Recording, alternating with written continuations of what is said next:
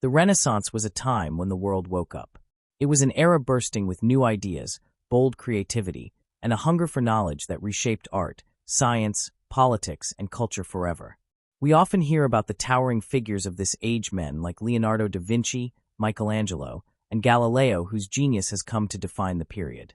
But behind the gilded curtain of this celebrated history lies a powerful truth.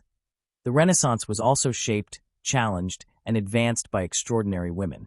These women, often written out of the story, left behind legacies just as profound and influential. Their voices are calling to be heard again, and their impact deserves the spotlight. Welcome to our channel, Words of Time. In this video, we will uncover the untold stories of Renaissance women, the artists, rulers, thinkers, and patrons who changed the course of history. Stay with us as we journey through time to rediscover the powerful legacies that have long been hidden in the shadows of the past. The Renaissance, which began in Italy during the late 14th century and blossomed into a cultural phenomenon by the 15th and 16th centuries, marks one of the most transformative epochs in human history. It represented a profound shift in the way people thought, created, and engaged with the world around them. More than merely a rebirth of classical learning, the Renaissance was a vibrant and expansive movement that altered the trajectory of art, science, literature, politics, and philosophy. It was a period in which the intellectual currents of antiquity were revived, reimagined, and redirected toward the burgeoning modern world, laying the foundation for many elements of contemporary Western civilization. The epicenter of this cultural explosion was Italy, particularly cities like Florence, Rome, and Venice, where wealthy patrons, dynamic artists, and inspired thinkers collaborated in a whirlwind of creativity and reinvention. Much of the traditional narrative of the Italian Renaissance centers on towering male figures whose names have become synonymous with genius. These include the likes of Leonardo da Vinci, celebrated for his masterful synthesis of art and science, Michelangelo, renowned for his extraordinary sculptures and the ceiling of the Sistine Chapel, and Raphael, whose graceful and harmonious compositions define the ideals of high Renaissance painting. Their contributions to the arts and sciences are monumental, and their enduring fame is a testament to the significance of their work. These men were not only creators of beauty and innovation, but also emblematic of the Renaissance ideal of the polymath, the notion that a single individual could master a wide range of disciplines through reason, observation, and talent. Their lives and legacies are intricately documented in art history, and their names are often the first to be mentioned in discussions of the Renaissance. However, this traditional account of the Renaissance, while valid and supported by countless works of scholarship and artistic evidence, often perpetuates a male-centric view of history. In prioritizing the achievements of male artists, thinkers, and political leaders, this narrative inadvertently marginalizes the many women who also made remarkable contributions during this dynamic period. These women were not merely passive observers or muses to great men. They were thinkers, patrons, artists, writers, and scientists in their own right. The Renaissance, for all its intellectual openness and celebration of human potential, was still deeply rooted in patriarchal structures that limited women's access to education, artistic training, and public recognition. Yet, despite these barriers, many women carved out spaces for themselves and left an indelible mark on their culture. One of the clearest ways in which women influenced the Renaissance was through patronage. Wealthy and noble women often used their social and economic status to commission works of art, support artists, and fund humanist scholarship. Their patronage not only enabled many male artists to complete their masterpieces, but also shaped the themes and styles of the works produced. Isabella d'Este is often referred to as the First Lady of the Renaissance because of her extensive involvement in the arts and her sophisticated taste. As the Marchioness of Mantua, she cultivated one of the most vibrant courts in Italy, attracting artists, poets, and scholars. Her patronage extended to figures like Andrea Mantegna and Leonardo da Vinci, and her influence in shaping courtly culture and artistic trends was immense. In a time when political power was often mediated through familial and dynastic connections, Isabella d'Este exemplified how women could exert significant cultural authority. Women were also active participants in the literary world of the Renaissance. The period saw the emergence of a number of female writers who engaged deeply with the intellectual currents of their time. Christine de Pizan, though slightly earlier and often associated more with the Northern Renaissance, wrote passionately about the roles and rights of women. Her book of The City of Ladies, is a seminal feminist text that argued for the moral and intellectual capacities of women at a time when such ideas were deeply contested. In Italy, figures like Veronica Franco, a poet and courtesan in Venice, used their literary talents to challenge societal norms and articulate a distinctly female perspective on love, virtue, and power. These women were not writing in isolation. They were often in dialogue with male contemporaries and drew upon classical and contemporary sources to construct their arguments and artistic identities. Moreover, women were not entirely excluded from the visual arts, although they faced enormous challenges in gaining recognition and training. In a time when formal apprenticeships were typically closed to women, and the nude male model, a staple of artistic education, was considered inappropriate for female students, the path to becoming a professional artist was fraught with obstacles. Nevertheless, some women broke through these barriers. Sofonisba Anguissola, born into a noble family in Cremona, gained fame as a portraitist and was eventually invited to the Spanish court, where she painted members of the royal family and influenced artistic tastes. Her success was exceptional not only because of her gender, but because she managed to earn the respect of her male peers and mentors, including Michelangelo himself, who offered her artistic guidance. Later, Artemisia Gentileschi would emerge as one of the most compelling painters of the 17th century, known for her dramatic and emotionally powerful depictions of biblical heroines like Judith and Susanna. Gentileschi's career, marred and shaped by personal trauma and public scandal, speaks to both the limitations imposed on women and the resilience and talent required to transcend them. Education was another arena in which women began to make gains, albeit slowly and selectively. Renaissance humanism emphasized the study of classical texts, eloquence, and moral philosophy, and while this curriculum was primarily designed for men, some women managed to access it through private tutors or family connections. Laura Sarita and Isadora Nagarola were among a small but notable group of women who received humanist educations and participated in intellectual debates through letters and essays. Their writings reveal a deep engagement with classical philosophy, theology, and ethics, and they often defended women's right to education and intellectual equality. These women were aware of their unique positions and used their writings to challenge the societal norms that restricted female autonomy. In the realm of science and medicine, women also played roles that have often been overshadowed by their male counterparts.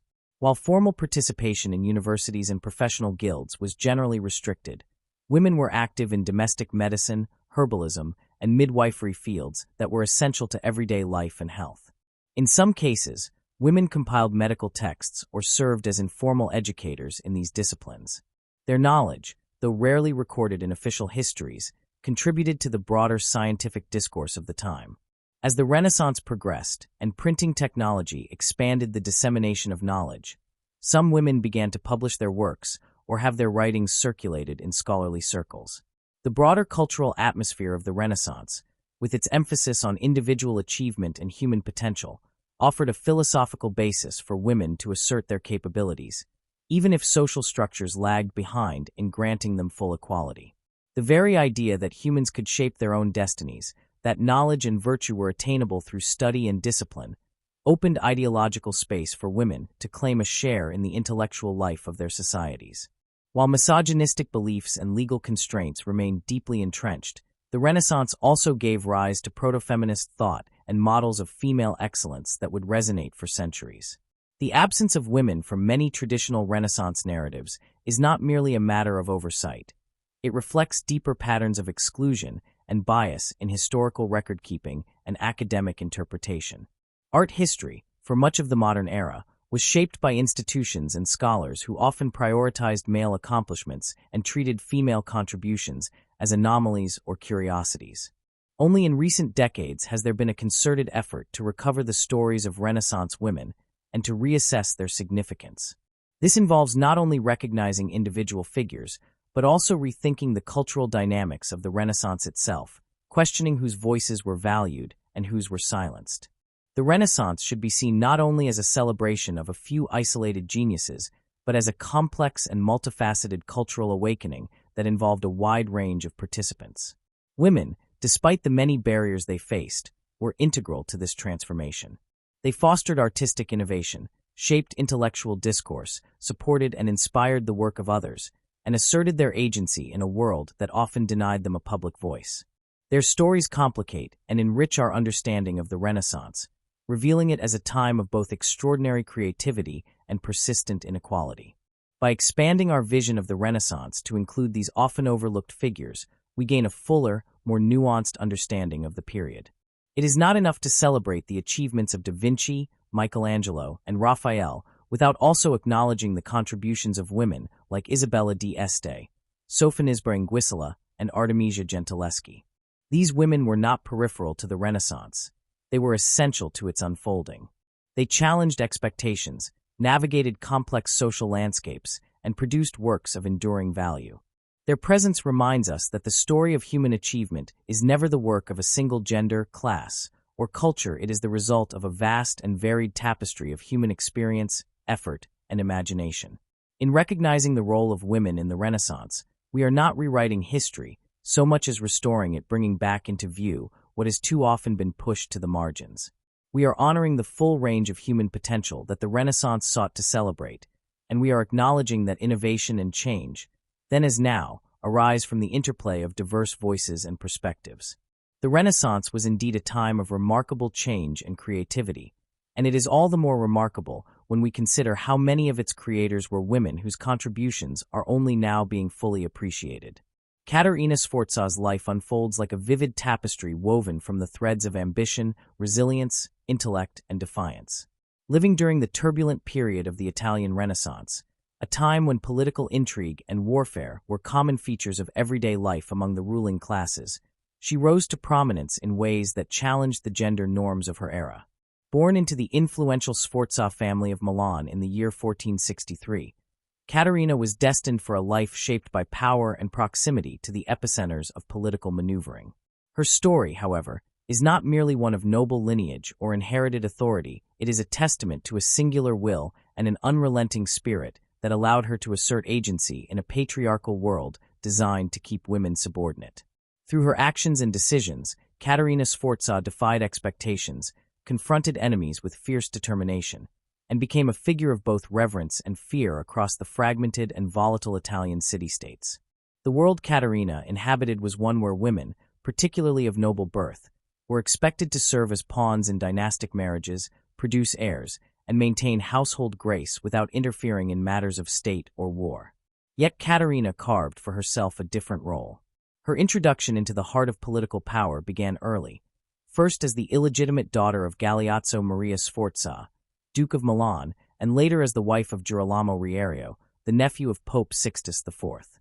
This marriage served a strategic function, linking the Sforza family with the papal power structure and offering Caterina a position in the ruling class of the Romagna region.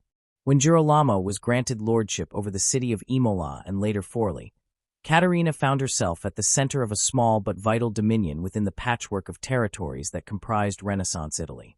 Caterina's transformation from consort to sovereign was catalyzed by tragedy and betrayal. In 1488, her husband was assassinated in a political coup, leaving their domain vulnerable to internal dissent and external aggression. At just 25 years old, Caterina was suddenly a widow with multiple children and an uncertain future. Conventional wisdom would have dictated retreat, a quiet withdrawal into the background while male relatives assumed control. Instead, Caterina chose confrontation. She swiftly acted to secure the citadel of Forli, cleverly negotiating with her husband's murderers, and even allegedly threatening retribution from her stronghold to buy time and manipulate outcomes. Her defiance became legendary, particularly the tale in which she is said to have lifted her skirts from the ramparts of the fortress and dared the rebels to kill her children, declaring that she still possessed the means to bear more.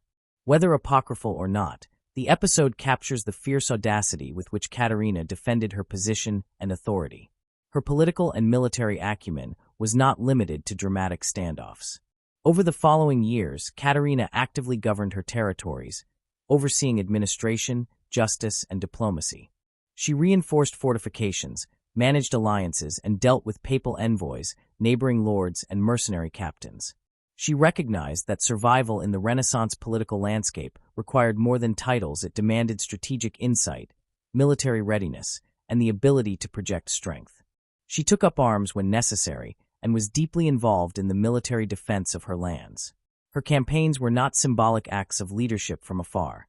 She rode into battle in armor, issued orders to troops, and suffered wounds in service of her domains. This was not an anomaly but a pattern, a reflection of her deep understanding that sovereignty required force as well as finesse.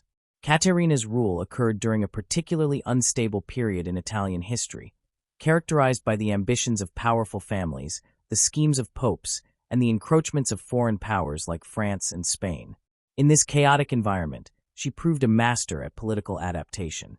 She remarried strategically to Giovanni de' Medici, thus aligning herself with the powerful Florentine family and securing new political alliances. Their union produced a son, Giovanni del Bandiniere, who would go on to become one of the most celebrated condottieri of his time. Even in her personal choices, Caterina acted with a clear eye toward consolidating influence and safeguarding her lineage. Her later years were marked by increasing challenges, particularly as larger powers began to absorb or destroy the smaller independent lordships. In 1500, the infamous Cesare Borgia, son of Pope Alexander VI, launched a campaign to consolidate the Papal States under his control. Despite her efforts to resist, Caterina was ultimately captured after the fall of Forli. She was imprisoned in Rome and subjected to harsh treatment, yet she endured her captivity with the same strength and dignity that had defined her public life. Upon her release, she retired from political life and lived in Florence, where she continued to engage with intellectual and scientific pursuits until her death in 1509. What makes Caterina Sforza's story so compelling is not merely the drama of her experiences, but the larger implications of her existence in a world hostile to powerful women. Her life cuts against the grain of dominant Renaissance narratives that often confine women to the roles of muse, mother, or victim. Caterina was none of these in isolation. She was a ruler who governed, a warrior who fought, and a strategist who navigated an ever-shifting political terrain. She operated with the same ruthlessness, cunning, and courage that male rulers of her time employed, yet she was constantly forced to negotiate the additional burdens of gender-based scrutiny and resistance. In many ways, Caterina Sforza stands as an exemplar of the broader pattern of female resistance and agency that existed within and against the structures of patriarchal power. Her story illustrates that women did not simply accept their subordinate positions, but often found ways to exert authority, shape political developments, and leave legacies that endured beyond their lifetimes. While Caterina's nobility and proximity to power gave her opportunities that most women of her time lacked, her decisions and actions were uniquely her own. She seized control when the moment demanded it, demonstrated leadership under pressure, and refused to cede ground in the face of overwhelming opposition. This broader narrative of women wielding power despite patriarchal limitations can be seen across the Renaissance world and beyond. Caterina's contemporaries included figures like Isabella d'Este, who exercised cultural and diplomatic influence in Mantua, Lucrezia Borgia, who played a complex and often misunderstood role in the politics of the Papal States, and even figures like Queen Elizabeth I of England, whose reign, though later, would redefine perceptions of female sovereignty. These women, like Caterina, operated within systems that were not designed for their empowerment, yet they manipulated those systems to secure autonomy, influence, and legacy. Caterina Sforza's political career also forces a re-examination of the idea that the Renaissance was a period of progress limited to male achievement. While the intellectual and artistic flourishing of the time is often celebrated, its benefits were unevenly distributed, and its institutions largely maintained male dominance. Nevertheless, women like Caterina demonstrate that agency was not solely determined by formal rights or institutional inclusion. Personal charisma, strategic marriage, martial ability, and political acumen could create opportunities for women to assert control, even within patriarchal societies. Her legacy is also tied to the ways in which power and gender intersect in historical memory. For centuries, Caterina's image has been shaped by both admiration and suspicion. Some accounts frame her as a ruthless schemer, others as a tragic heroine. Her fortitude is sometimes interpreted as masculine strength, her independence as a deviation from feminine virtue. These characterizations reveal more about the anxieties of her chroniclers than about the woman herself. In truth, she was a complex individual shaped by her times, whose choices reflected both personal ambition and the necessities of survival in a violent and competitive world. It is worth noting, too, that Caterina's story has become increasingly important in modern discussions of women's history and feminist analysis. Her example challenges simplistic binaries of victimhood and empowerment, submission and resistance. She lived in a time when the concept of gender equality was not yet articulated in the terms we use today, yet she embodied a form of proto-feminist agency through her deeds and decisions. Her story adds depth to our understanding of the Renaissance and highlights the need to look beyond canonical figures and conventional narratives in order to appreciate the full scope of historical experience. The world in which Caterina lived may have been rigidly hierarchical and patriarchal, but it was also fluid and full of contradictions.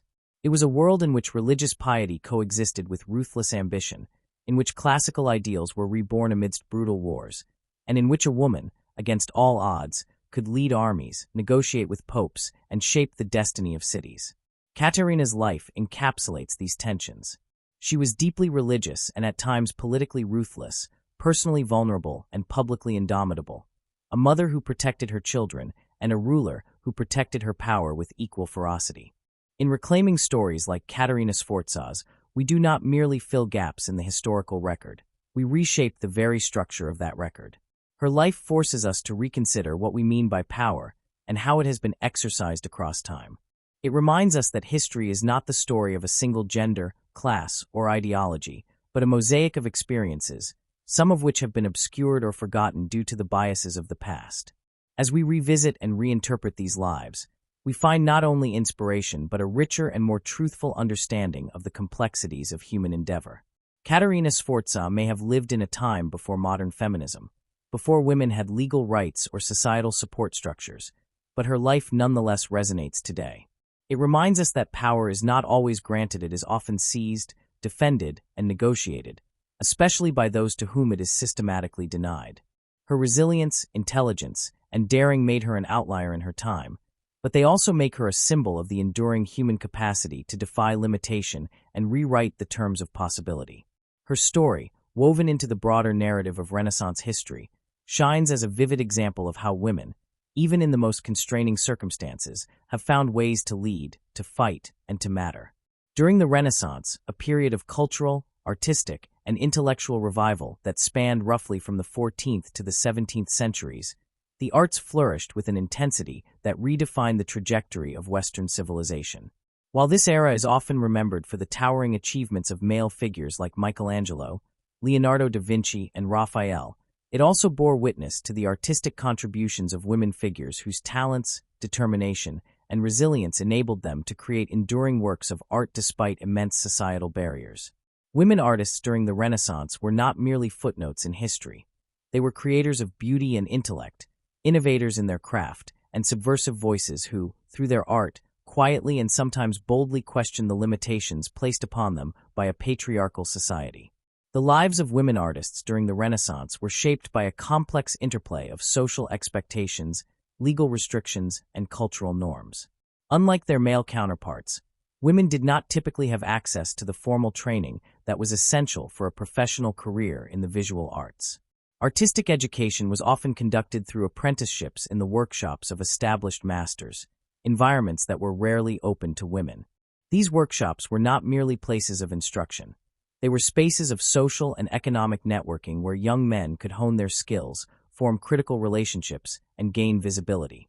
For women, exclusion from such institutions meant they had to rely on family connections, private tutors, or exceptional circumstances to learn the craft of painting, sculpture, or printmaking. Additionally, the practice of studying the nude human form, a cornerstone of Renaissance artistic training, was considered inappropriate for women, further restricting their artistic development and thematic range. Despite these obstacles, some women managed to emerge as successful artists, gaining patronage and recognition for their work. They did so by navigating the intricacies of social decorum, leveraging family ties, and often confining their subject matter to genres deemed acceptable for women, such as portraiture and religious scenes. Yet within these constraints, they developed unique voices and styles that not only showcased their immense skill, but also reflected their perspectives as women living in a deeply gendered world. One of the most prominent women artists of the Italian Renaissance was Sofonisba Anguissola, born in Cremona in the year 1535 into a noble family that valued education and culture. Her father, Amilcare Anguissola, was instrumental in promoting her talent and ensuring she received artistic instruction from local painters. Unlike most women of her time, Sofonisba was not relegated to amateur status or domestic obscurity. Her talent soon caught the attention of prominent figures, including Michelangelo, who recognized her skill and offered informal guidance through sketches and correspondence. Her reputation grew, and she was eventually invited to the court of Philip II of Spain, where she served as a court painter and lady-in-waiting to the queen. This position offered her both visibility and stability, rare commodities for a woman artist. Sofonisba's portraits are marked by psychological depth, subtle detail, and a refined sensibility. She often painted members of her own family and later members of the Spanish court, capturing not just physical likeness but emotional nuance. One of her most famous works, The Chess Game, depicts her sisters engaged in a game of chess, an activity symbolizing intellect and strategic thought. This painting not only highlights her technical mastery, but also subtly challenges the traditional portrayal of women as passive or purely ornamental. By representing her sisters as intelligent, engaged individuals, Sofonisba was offering a counter-narrative to dominant societal views of female capabilities. Her career, which spanned many decades, serves as a testament to her adaptability and perseverance in a field overwhelmingly dominated by men. Another important figure in the history of women artists during the Renaissance is Lavinia Fontana, born in Bologna in 1552. Like Sofonisba, Lavinia benefited from an encouraging family environment. Her father, Prospero Fontana, was a painter himself and provided her with training and support. Lavinia distinguished herself early on through her command of classical themes and her ability to incorporate elaborate detail and rich color into her compositions. Unlike many women artists of her time, she managed to support a large family through her art, becoming the primary breadwinner and challenging the prevailing notion that women were economically dependent on men. She was also among the first women to paint female nudes, a bold move that pushed the boundaries of what was considered acceptable for a female artist. Lavinia received commissions from noble families and religious institutions, creating altarpieces, mythological scenes, and portraits. Her work was characterized by a careful balance between the expectations of her patrons and her own creative vision. In her religious paintings, she often portrayed female saints with a distinct sense of agency and inner life, deviating from the more stylized or sentimental depictions common at the time. This approach allowed her to infuse her work with a quiet but powerful statement about the complexity and dignity of women. In her portraits, she presented women not merely as objects of beauty, but as individuals with status, intellect, and emotional presence. The careers of artists like Sofonisba Anguissola and Lavinia Fontana were exceptional, but they were not entirely unique. Other women, such as Fede Galizia, Barbara Lonhi, and Artemisia Gentileschi, who would rise to prominence in the early 17th century, also contributed significantly to the artistic heritage of the period. Fede Galizia, for instance, excelled in still-life painting, a genre that allowed her to demonstrate exquisite attention to detail and mastery of form. Barbara Lonhi focused on religious themes, often depicting the Madonna and Child with a sense of tenderness and serenity that conveyed both spiritual depth and maternal warmth. These women, though operating within a restrictive framework, managed to assert their artistic identities and gain recognition in a male-dominated field. Their works were often well-received by contemporary audiences, and they were sometimes praised by male critics and scholars of the time. However, their visibility in the art historical canon has fluctuated over the centuries. Many of their works were attributed to male artists or simply forgotten as art history increasingly focused on a narrow group of male geniuses. It is only in recent decades that scholars have begun to reassess their contributions and restore their rightful place in the narrative of Renaissance art. The significance of these women artists extends beyond their technical achievements. Through their art, they offered alternative representations of women and questioned, often subtly, the roles traditionally assigned to their gender. In an era when women were largely excluded from public life and intellectual discourse, their paintings served as visual assertions of female subjectivity and capability. Portraits that presented women as thoughtful, literate, or engaged in intellectual pursuits challenged the dominant image of the passive, ornamental female. Religious scenes that emphasized female agency or emotional complexity invited viewers to consider women as more than mere vessels of virtue or temptation. Moreover, their mere presence in the professional art world was itself a challenge to the status quo. Every commission they secured, every portrait they painted, every religious image they produced was a form of resistance to the idea that artistic creation was a male preserve. They demonstrated that women could not only match but sometimes surpass their male peers in skill, innovation, and insight. In doing so, they expanded the possibilities for what women could be and do, both in their own time and for generations to come. Their contributions also raise important questions about how artistic value is constructed and who gets to be remembered. The Renaissance, often idealized as a golden age of human achievement, was also a time of significant exclusion. While it celebrated the human form, individual genius, and the rediscovery of classical ideals, these celebrations were often limited to a narrow segment of the population. Women's exclusion from academies, guilds, and scholarly discourse meant that their contributions were less likely to be preserved, studied, or celebrated. The recovery of their stories is not just about justice to the past, it is about enriching our understanding of the period and recognizing the diversity of voices that shaped its culture. Today, the works of Sofonisba and Anguissola, Lavinia, Fontana, and their contemporaries are increasingly being displayed in museums, studied in academic courses, and included in major exhibitions. This renewed attention is not simply a corrective gesture. It reflects a growing appreciation for the complexity, skill, and vision these artists brought to their work. It also serves as a reminder that talent and creativity are not confined by gender, and that history must be continually revisited to uncover the contributions that have been overlooked or erased.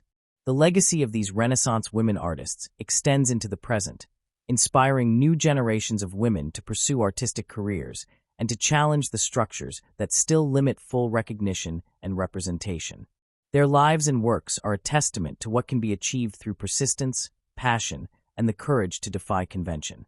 They remind us that art is not merely a reflection of society, but a force that can reshape it, a medium through which new possibilities can be imagined, identities asserted, and boundaries redrawn. In exploring the lives and works of these women, we gain more than historical knowledge. We gain insight into the enduring human desire for expression, recognition, and impact. These artists did not create in isolation, they were part of broader social and cultural movements, engaged with the ideas and aesthetics of their time, and responded to the challenges and opportunities that came their way. Their works stand as both artistic achievements and cultural documents, capturing the spirit of an era and the individual voices of those who lived it. The Renaissance, often portrayed as a period of male genius, was in reality more diverse and inclusive than traditional narratives suggest. Women artists played a crucial role in its development, contributing not only to its visual culture, but to its intellectual and social evolution. Their presence complicates and enriches our understanding of the period, inviting us to look beyond familiar names and to appreciate the full range of creativity that defined this remarkable chapter in history. By examining their lives and their art, we do not merely honor their memory, we challenge ourselves to think differently about history, about art, and about the ways in which society recognizes talent and achievement. In doing so, we reaffirm the principle that greatness knows no gender, and that the pursuit of beauty, truth, and meaning is a universal human endeavor. Through their courage, their skill, and their vision, Renaissance women artists like Sofonisba and Anguissola and Lavinia Fontana forged paths where none had existed, leaving behind a legacy that continues to inspire and challenge us today. Isabella d'Este stands as one of the most compelling and influential figures of the Renaissance, a woman whose legacy reaches far beyond the traditional boundaries of art patronage. Born in the year 1474 into the illustrious house of Este in Ferrara, Isabella was raised in an environment steeped in classical education, diplomacy, and humanist thought. Her upbringing laid the groundwork for a life that would shape not only the artistic developments of her time, but also the intellectual and political currents that defined an era. Unlike many women of her time who were relegated to domestic roles or ceremonial functions within noble households, Isabella carved out a unique position of authority and cultural leadership, becoming a central figure in the vibrant and complex tapestry of Renaissance Europe. From an early age, Isabella demonstrated an exceptional aptitude for learning, diplomacy, and cultural refinement. She received a humanist education equal to that of her male counterparts, studying Latin, Greek, classical literature, music, and philosophy. Her intellectual agility and keen sense of aesthetics became evident as she matured into adulthood, attracting admiration from scholars, poets, diplomats, and artists alike. In 1500, she became the Marchesa of Mantua through her marriage to Francesco Gonzaga, a union that positioned her at the political and cultural heart of northern Italy. Though her husband held formal authority, Isabella often took the reins of governance, particularly during his absences, demonstrating considerable skill in political negotiation, crisis management, and courtly diplomacy. As a patron of the arts, Isabella d'Este is unparalleled among Renaissance women. Her court in Mantua became a beacon for artists, musicians, writers, and thinkers from across Europe. She maintained correspondence with some of the greatest minds of her time and commissioned works from renowned artists, including Leonardo da Vinci, Andrea Mantegna, Perugino, Giovanni Bellini, and Titian. Her studiolo, a private chamber devoted to intellectual reflection and artistic contemplation, was one of the most remarkable cultural spaces of the period. It was filled with paintings, sculptures, antiquities, and manuscripts, carefully curated to reflect her sophisticated taste and humanist interests. But Isabella's engagement with art was not passive. She was deeply involved in the conceptual and aesthetic aspects of the works she commissioned. She provided detailed instructions to artists, requested specific mythological or allegorical themes, and insisted on the highest standards of execution. This level of involvement reveals her as not merely a patron, but as an active shaper of artistic trends and cultural discourse. Isabella's influence extended well beyond her own court. Through her patronage, she helped elevate the status of the artist from craftsman to creative intellectual, a shift that would redefine the cultural landscape of Europe. Her support for humanist scholarship, music, and visual arts contributed to the flourishing of Renaissance ideals and helped disseminate them across the continent. She was a tastemaker whose aesthetic preferences resonated far beyond Mantua, influencing courtly culture in Florence, Milan, Rome, and even France. In commissioning portraits of herself by some of the most celebrated artists of the time, she not only asserted her identity as a cultivated and powerful noblewoman, but also helped redefine the very nature of female representation in Renaissance art. These portraits, often rich with symbolic imagery and visual cues of erudition and authority, served as visual affirmations of her status and intellect. Isabella's cultural impact cannot be separated from her political and diplomatic acumen. In an age where power was overwhelmingly concentrated in male hands, she emerged as a formidable political actor. During her husband's captivity following the Battle of Ravenna in 1511, Isabella effectively ruled Mantua, navigating complex alliances and protecting the interests of her family and territory. She corresponded with monarchs, popes, and military leaders, employing her intellect and rhetorical skill to manage delicate political situations. Her ability to maintain Mantua's independence and relevance amid the shifting alliances and conflicts of Renaissance Italy is a testament to her strategic insight and resilience. She was not only a patron of the arts but a custodian of her city's political stability and cultural prestige. Beyond the political sphere, Isabella d'Este was a champion of education and intellectual engagement. She surrounded herself with scholars, theologians, and poets, fostering an environment where ideas could flourish. She promoted the translation and dissemination of classical texts, supported libraries and schools, and encouraged philosophical debate. Her correspondence with prominent thinkers, such as Pietro Bembo and Baldassare Castiglione, illustrates her deep engagement with the intellectual currents of her time. Indeed, Castiglione's seminal work, The Book of the Courtier, is believed to have been influenced in part by Isabella's court and her embodiment of the ideal Renaissance noble. Through her engagement with literature, philosophy, and the arts, Isabella contributed to the broader humanist movement that defined the intellectual life of the Renaissance. Importantly, Isabella's legacy also highlights the complex intersections of gender, power, and culture during the Renaissance. While she operated within a patriarchal society that limited the formal authority of women, she found ways to assert influence, command respect, and leave an indelible mark on history. Her example challenges the notion that women of the Renaissance were merely passive observers of cultural change. On the contrary, Isabella demonstrates that women could be active participants indeed, architects of the cultural and political frameworks of their time. She used the tools available to her art, diplomacy, intellect to shape her world with remarkable effectiveness. Isabella's engagement with music is another area that reflects her wide-ranging influence. She was an accomplished musician herself and a patron of both sacred and secular music. Her court hosted composers and performers who contributed to the development of Renaissance musical styles. She supported the composition of madrigals, sacred motets, and instrumental works, and helped establish Mantua as a center for musical innovation. Music, like painting and literature, was a medium through which she expressed her identity, her taste, and her commitment to cultural excellence. Her efforts helped lay the groundwork for Mantua's later prominence in musical history, particularly during the tenure of Claudio Monteverdi in the early 17th century. Another significant dimension of Isabella's legacy is her role in the collection and preservation of classical antiquities. She was an avid collector of ancient coins, sculptures, cameos, and manuscripts, which she acquired through extensive networks of agents, dealers, and scholars. Her collection was not merely decorative, but educational and symbolic. It reflected her reverence for classical civilization and her belief in the continuity between ancient wisdom and Renaissance humanism.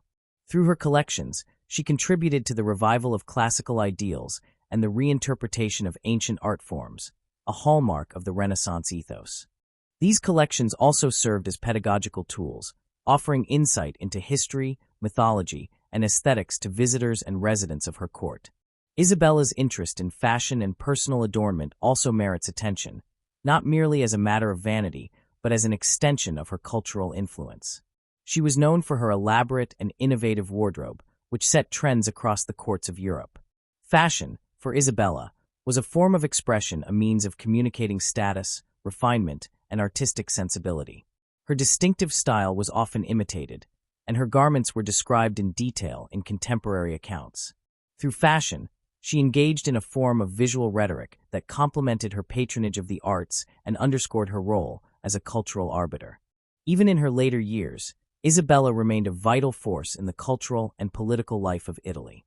Following the death of her husband, she continued to govern her domains, negotiate marriages, and promote artistic and intellectual pursuits. She played a key role in securing advantageous alliances for her children and extended family, ensuring the stability and prestige of the House of Gonzaga. Her long life allowed her to witness, and in many ways, shape the evolution of the Renaissance from its early stirrings in the Quattrocento to the grandeur of the High and Late Renaissance periods. She died in 1539, leaving behind a legacy that endures in the art, literature, and historical records of the time. In understanding Isabella d'Este's impact, one must recognize that her contributions were not confined to a single domain. She embodied the Renaissance ideal of the multidimensional individual, one who cultivated the arts, mastered political strategy, and engaged deeply with intellectual life. Her life illustrates how cultural leadership can intersect with political power, how patronage can become a form of influence, and how the private and public spheres can be woven together in the creation of enduring legacies. Isabella was more than a patron. She was a visionary who understood the transformative power of culture and wielded it with intelligence and grace. Her story also serves as a powerful counter-narrative to traditional histories that marginalize the roles of women in the Renaissance. By reclaiming her place in the cultural and political history of the period, we gain a fuller, more nuanced understanding of the forces that shaped the Renaissance.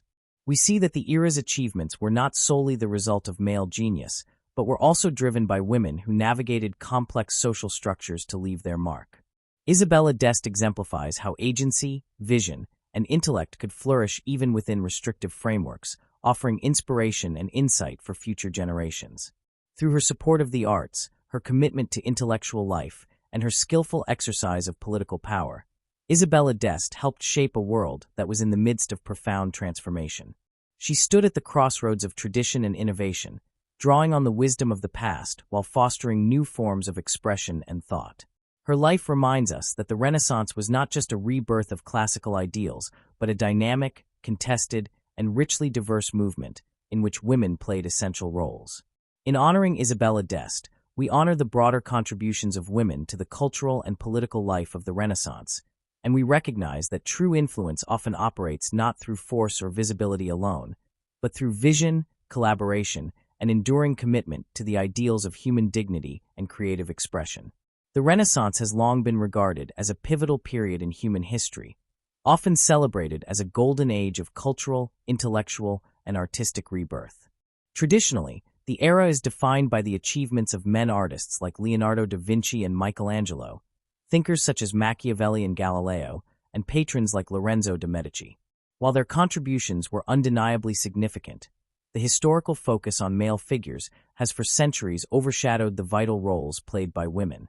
Yet as we delve deeper into the lives and accomplishments of the women of the Renaissance, we begin to uncover a far more inclusive and textured narrative.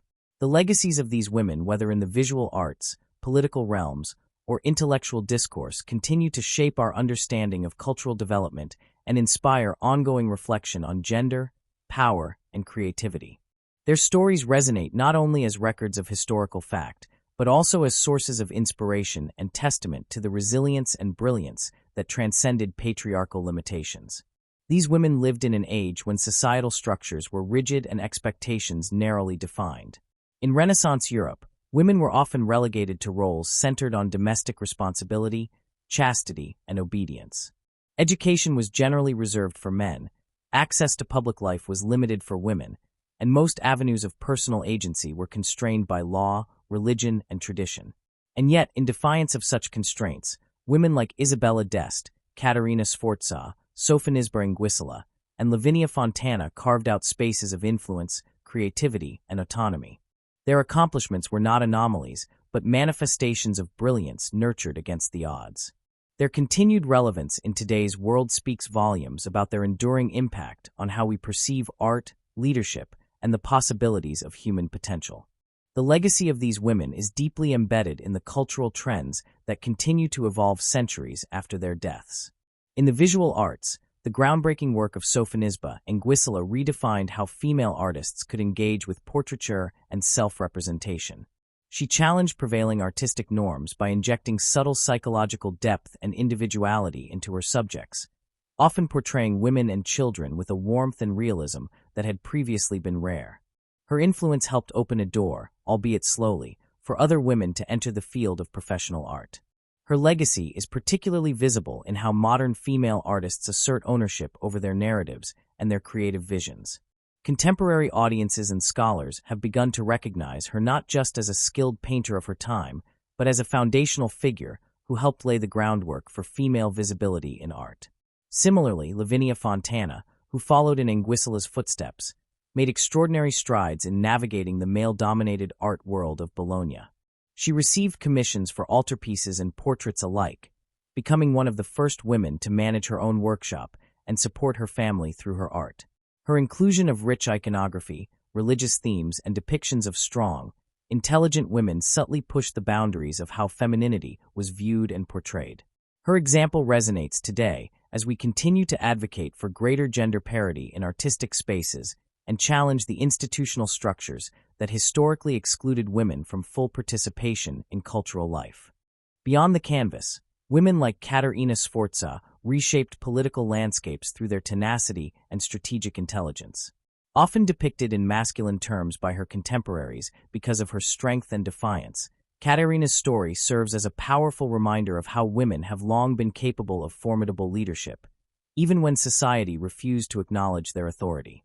Her life offers modern readers a compelling model of resilience, demonstrating how courage and determination can redefine expectations. She wielded power not as a novelty, but as a necessity, ensuring the survival of her family's legacy and territory in a time of constant political upheaval. Isabella d'Este, meanwhile, represents a different but equally powerful form of influence. She used her position as Marchesa of Mantua not only to support and commission art, but to shape the cultural discourse of her time. Through her keen intellect, sophisticated taste, and shrewd diplomacy, she created a space where humanist thought could thrive. She cultivated relationships with artists, philosophers, and writers, and her court became a hub for Renaissance innovation. Her correspondence with leading thinkers of the day and her meticulous attention to artistic detail marked her as an active participant in cultural production. Her legacy lives on in the very idea of the patron as a tastemaker and shaper of intellectual life. In today's context, her life challenges the conventional narratives about women's roles in cultural history and invites renewed conversations about female leadership in creative fields. What unites all these women is not only the scale of their accomplishments, but also the way in which their stories have survived despite centuries of marginalization in historical narratives. Their achievements are increasingly being revisited and celebrated in modern scholarship, museums, and public discourse, reflecting a broader cultural reckoning with the gendered assumptions of the past. This revival is not a matter of historical correction alone, it is an act of cultural enrichment. By reclaiming these voices, we add depth, nuance, and richness to our understanding of the Renaissance and of the human experience more broadly. The long overdue recognition of Renaissance women is not merely about historical accuracy. It also serves as a lens through which we view present and future challenges. In a world still grappling with questions of gender equity and representation, the lives of these women serve as beacons of possibility. They remind us that innovation, leadership, and creativity have never been the exclusive domain of one gender. Their stories challenge the assumptions that continue to shape our institutions, from academia and the arts to politics and leadership. They serve as historical precedents for women today who strive for recognition, who assert their agency, and who shape the world through intellect, artistry, and resolve. Indeed, the legacy of these women extends into the realm of political thought and social evolution. Their ability to navigate and influence their societies offers timeless lessons about the intersection of power, identity, and cultural production. In an age increasingly attentive to intersectionality, their stories invite reflection on how race, class, gender, and geography intersect in the production and remembrance of historical knowledge. They compel us to ask who gets to be remembered, who gets to create, and who gets to lead. By foregrounding the lives and works of Renaissance women, we participate in a more inclusive retelling of history, one that acknowledges the full spectrum of contributors to human progress. This shift in perspective also carries implications for education. Curricula that include the contributions of women like Sofonisba Anguissola, Lavinia Fontana, Caterina Sforza, and Isabella offer students a richer and more balanced understanding of the past. They provide young learners, particularly girls, with role models whose lives defied the limitations of their time and whose influence continues to unfold. In doing so, they empower future generations to see themselves as active participants in shaping culture and history. As educational institutions around the world grapple with how to present a more inclusive and accurate picture of the past, the integration of women's contributions into the study of the Renaissance is not just beneficial, it is essential. The cultural reappraisal of these women also speaks to a broader movement within the arts and humanities to reclaim marginalized voices and reinterpret historical canons. In museums, academic conferences, and exhibitions, the presence of female Renaissance artists and leaders is increasingly celebrated. These efforts are more than symbolic. They alter the framework through which art and history are understood. By showcasing the works and narratives of women who were previously sidelined, curators and scholars contribute to a more equitable and dynamic cultural landscape. This, in turn, influences how contemporary artists, especially women, perceive their place in the artistic lineage and their power to challenge conventions. Moreover, the stories of these Renaissance women challenge the dichotomy often drawn between domestic life and public achievement. Many of these women navigated both spheres, integrating familial responsibilities with cultural, intellectual, or political pursuits. This holistic view of their lives undermines the myth that great achievements must come at the expense of personal or familial roles. Instead, it suggests that influence can be exerted in multiple arenas, often simultaneously, and that the intersections of private and public life can be sites of innovation and empowerment. This message is particularly relevant today, as societies around the globe wrestle with questions about work-life balance, gender roles, and the recognition of unpaid labor. As we stand at the intersection of historical memory and contemporary reflection, it becomes ever more clear that the Renaissance was not a monologue, but a chorus of voices. By including women in that chorus, we amplify the richness and complexity of the era. We acknowledge that the human capacity for creation, leadership, and thought is not constrained by gender. These women were not footnotes in a male-dominated narrative, they were authors of their own chapters, protagonists in their own right. They envisioned, created, and influenced a world in flux, and their legacies endure not because they were exceptional in their gender, but because they were exceptional, period. Their lives prompt us to revisit not only what we know about the Renaissance, but how we know it. Historical narratives are shaped by those who tell them, and for too long, the stories of women have been told selectively, if at all. In reclaiming these voices, we engage in a vital act of historical justice. We do not diminish the accomplishments of men by celebrating those of women. Rather, we complete the picture. We move from a partial to a fuller understanding of the Renaissance, a time not only of individual genius, but of collective cultural evolution, shaped by diverse actors in every corner of society. The achievements of Renaissance women continue to inspire because they embody the timeless human desire to create, to lead, and to leave a legacy. They remind us that the boundaries imposed by society can be challenged, that talent and intellect are not confined by gender, and that the pursuit of knowledge and beauty is a shared human endeavor. Their contributions to art, politics, and culture continue to influence how we understand creativity, power, and identity. They invite us to see the Renaissance not as a monument to male accomplishment, but as a dynamic and inclusive period of change shaped by the courage, vision, and brilliance of women whose influence still reverberates today. By honoring their stories, we not only recover a more accurate history, we also empower the present and illuminate the future.